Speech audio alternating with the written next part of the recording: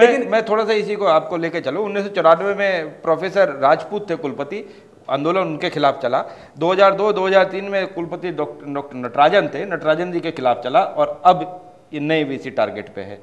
तो छात्र अपनी राजनीति के केंद्र में वीसी को ही क्यों हमेशा चुनते हैं? छात्र, देखिए, अगर सारे छात्रों की बात करें तो मैं इससे सहमत नहीं हूँ। कुछ छात्र नेता जो अपना दबाव यूनिवर्सिटी पे, चाहे वो सेंट्रल यूनिवर्सिटी का मैनेजमेंट हो या स्टेट गवर्नमेंट का हो, उस पर अपना दबाव बनाना चाहते हैं, और उस दबाव के लिए कई ऐसे निर्णय होते हैं सही।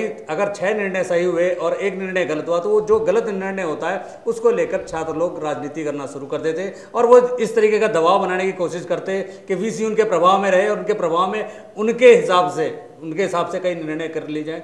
देखिए, मैं एक बात और कहना चाहूँगा कि इस समय प्रदेश में भी कांग्रेस की सरकार है, और यहाँ से 5 सांसद कांग्रेस के हैं।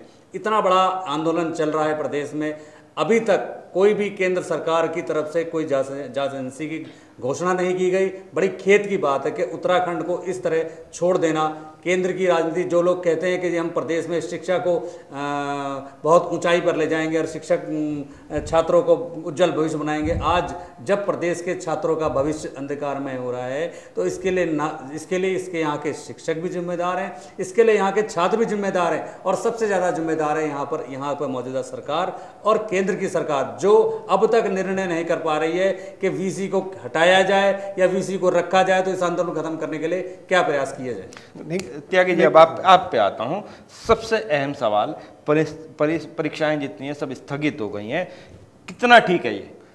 मैं बिल्कुल इससे सहमत नहीं हूं। परीक्षाएं जल्दी से जल्दी प्रारंभ हो जानी चाहिए, हमारा दबाव है, और मैं नेगी जी की इस बात से बिल्कुल सहमत नहीं हूं। जैसे कह रहे हैं कि आज की जो स्थिति हो रही है उसके लिए शिक्षक जिम्मेदार हैं।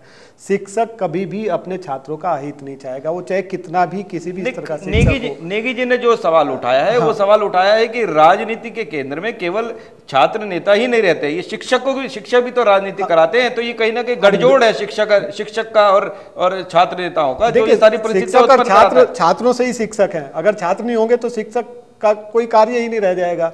इसलिए जो शिक्षक हैं वो पहले छात्रों से हैं, और उनका प्रथम कर्तव्य उनको शिक्षा देना है, और शिक्षा करा करके फिर उनकी जो एग्जाम करा करके उनको।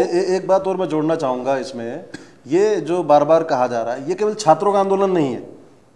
इस आंदोलन में छात्र, शिक्षक, गढ़वाल केंद्रीय विश्वविद्यालय कर्मचारी संगठन, श्रीनगर की प्रबुद्ध जनता, वहाँ के सामाजिक जनता, वहाँ के राजनीतिक क्षेत्र, उद्यमी, जितने भी लोग हैं उस क्षेत्र से जुड़े हुए, या पूरे गढ़वाल विश्वविद्यालय की परिधि में आने वाली जनता का मनोभाव इस आंदोलन के साथ है। ये केवल छात्रों का आंदोलन नहीं है। छात्रों ने तो अपनी प्रतिबद्धता दिखाते हुए इस आंदोलन की शुरुआत की, लेकिन आक्रोश समस्त संगठनों में था।